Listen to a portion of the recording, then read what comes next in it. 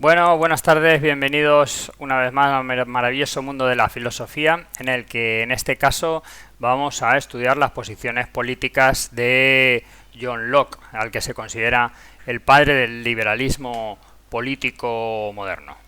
Pues nada, vamos ya sin más a la página 199 de vuestro libro, en el cual vamos a analizar las posturas de Locke.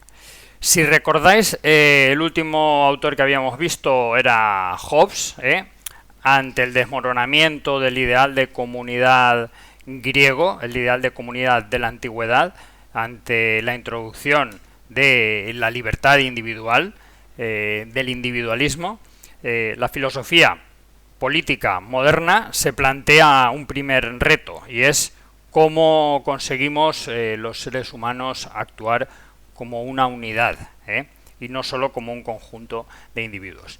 Y la respuesta que vimos en la última sesión fue la respuesta de Hobbes, y actuamos como una unidad porque cedemos todo nuestro poder a un poder absoluto. Por lo tanto, Hobbes nos presenta el Estado absolutista como la única forma de garantizar que esta colección de individuos actúa como una unidad. Pero si recordáis, Hobbes partía de unos planteamientos que sugerían o suponían que el ser humano en estado de naturaleza era malo, por definición. El hombre era un lobo para el hombre, en el sentido de que cada persona lo único que haría era luchar por sus propios intereses y se generaría un estado de inseguridad constante. Esto le llevaría a establecer ese pacto simplemente para ceder su poder a un poder absoluto que garantizase la igualdad. Bien, frente a esto, Locke disiente de entrada, el autor que vamos a ver hoy, de esa visión pesimista del ser humano que tiene Hobbes.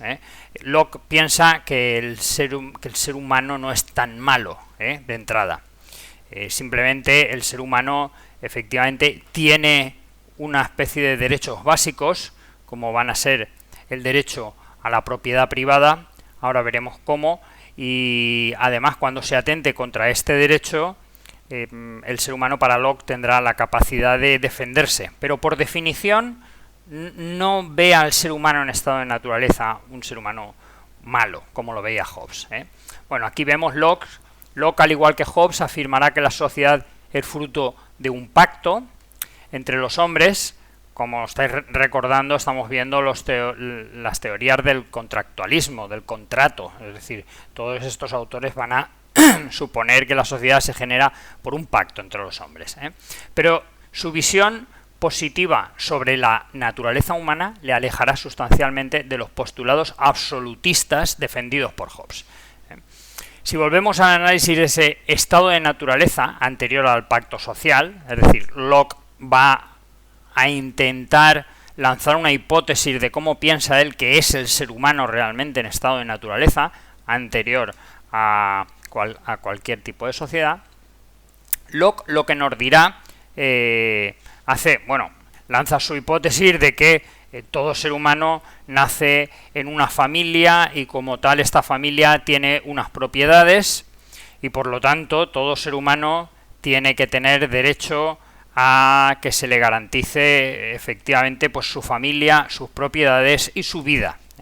Aunque aquí en el libro tenéis el derecho a la propiedad privada como uno de los derechos básicos que tiene el hombre, tiene alguno más, el derecho a la vida, el derecho a la familia, pero nombran el derecho a la propiedad privada porque efectivamente en el liberalismo moderno, lo que caracteriza el liberalismo moderno es que el Estado ha de garantizar el derecho a la propiedad privada. Pues bien, dice Locke que en estado de naturaleza todos los seres humanos tenemos ya de por sí una propiedad y tenemos el derecho a castigar a aquellos que atenten contra nuestra propiedad. Estos dos derechos harían que la vida en la sociedad se tornara difícil, porque al no haber leyes concretas en estado de naturaleza, recordemos que en estado de naturaleza no existe aún el Estado propiamente dicho que pone las leyes.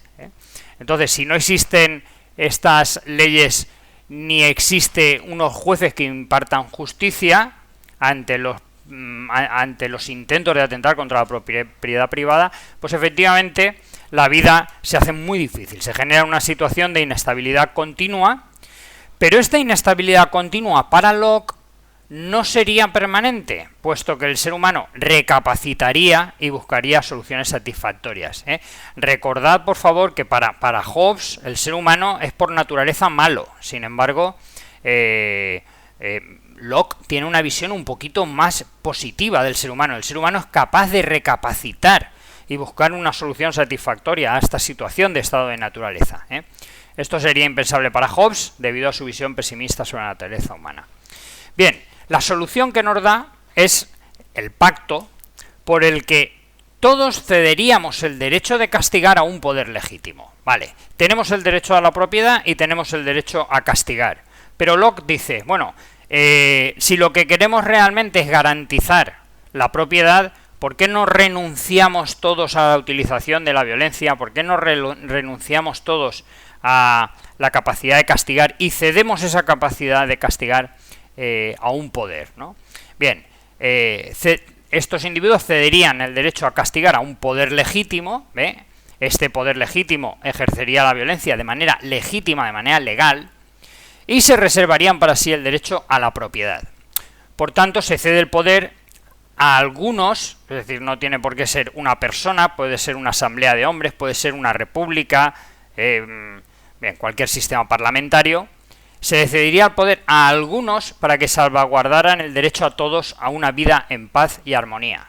Como digo, donde estuviese garantizada la vida, la propiedad privada, la vida en familia. Al mismo tiempo, será la mayoría la que determinará los criterios que deben seguirse en el caso de que surjan conflictos.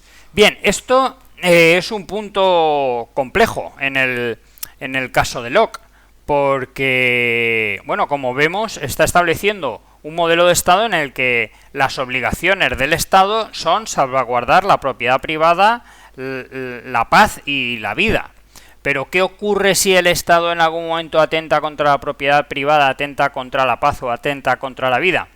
Paradójicamente, Locke acabará defendiendo que efectivamente es legítimo alzarse en armas o alzarse en una revolución para derrocar un poder que atentase precisamente contra la propiedad privada y contra la vida. Entonces está defendiendo el derecho de los seres humanos también, derecho a ir contra el Estado en el caso de que este Estado incumpla los deberes para los cuales nos unimos los seres humanos en el pacto. Bien. También es muy significativo, y tenéis que recordar que lo que está haciendo Locke como padre del liberalismo moderno es una separación de poderes, ¿vale? Está haciendo una separación de poderes que impida el absolutismo. ¿Qué es el absolutismo realmente? El absolutismo realmente es cuando alguien hace una ley, esa misma persona ejecuta la ley, y esa misma persona juzga si la ley se ha ejecutado bien. Si tú haces la ley, tienes el poder de ponerla en práctica y tienes el poder de juzgarla, realmente tienes el poder absoluto. Puedes hacer lo que te dé la gana. Entonces Locke, para intentar evitar este poder absoluto de el estado absoluto de Hobbes, pero de cualquier dictadura, pues lo que hace es separemos los poderes. Por un lado tiene que ir el poder legislativo, es decir, los que hacen las leyes. Por otro lado tiene que ir el poder ejecutivo, los que ponen en práctica las leyes, y por otro lado el poder judicial, que arbitra en casos de conflictos, es decir, los que juzgan si el poder ejecutivo ha puesto en práctica bien las leyes que ha establecido el poder legislativo. Bien, esto impediría el absolutismo y serviría de mecanismo regulador para evitar corrupciones. Bien, aprovecho simplemente para que, en este punto, para que penséis qué es lo que está pasando en estos momentos en España, que nos sirva por lo menos la política para entender nuestro sistema de gobierno, en el que las elecciones al Congreso y al Senado, es decir, al Poder Ejecutivo y al Poder Legislativo, son el mismo día, en dos urnas diferentes, donde todo el mundo vota una cosa en el Poder Ejecutivo y vota lo mismo en el Poder Legislativo. De manera que lo que sale, si por ejemplo gana el PP o gana el PSOE en el Poder Ejecutivo, luego gana el PP o gana el PSOE en el poder legislativo. ¿Significa esto que existe una separación de poderes? Bueno, pues parece que sí, porque hay dos urnas, pero luego lo que nos hemos estado dando cuenta a lo largo de la historia es que hacerlo de esta manera implica que en España la separación de poderes entre el poder legislativo y el ejecutivo, es decir, los que hacen las leyes y los que las ejecutan, de facto, en la realidad, es prácticamente inexistente. Por otra parte, en cuanto a la designación de los jueces, por ejemplo, los jueces del Tribunal Supremo son designados por los propios políticos. Por lo tanto, ¿dónde está esa separación entre el poder ejecutivo y el poder judicial si los propios jueces son nombrados por los políticos? Esto simplemente para que os haga reflexionar, porque John Locke nos muestra cómo debe ser un Estado democrático en el sistema del liberalismo político y nos muestra que efectivamente debe haber una separación tajante entre estos tres poderes, que cuando menos en España os puedo asegurar que es cuestionable, pero bueno, cada uno que saque sus propias conclusiones sobre el mundo actual.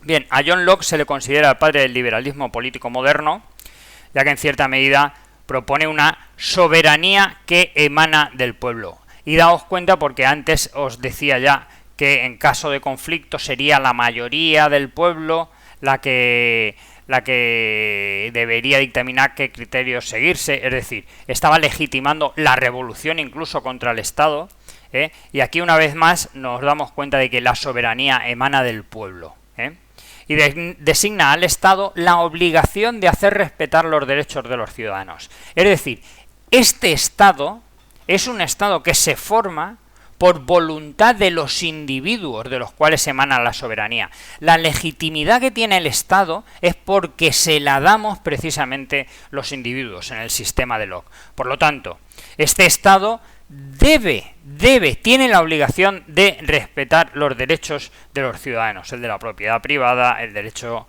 a la paz, el derecho a la familia. Aunque aquí, como veis, nos pone la libertad y la propiedad. Por otra parte, anticipa la división de poderes desarrollada posteriormente por Montesquieu, y que al final, como os digo, llegará hasta nuestros días. Y configurará la Constitución española, entre otras cosas. Pues nada, bueno, hasta aquí la explicación de hoy. En la próxima sesión, no os quito más tiempo, abordaremos el tema de Rousseau.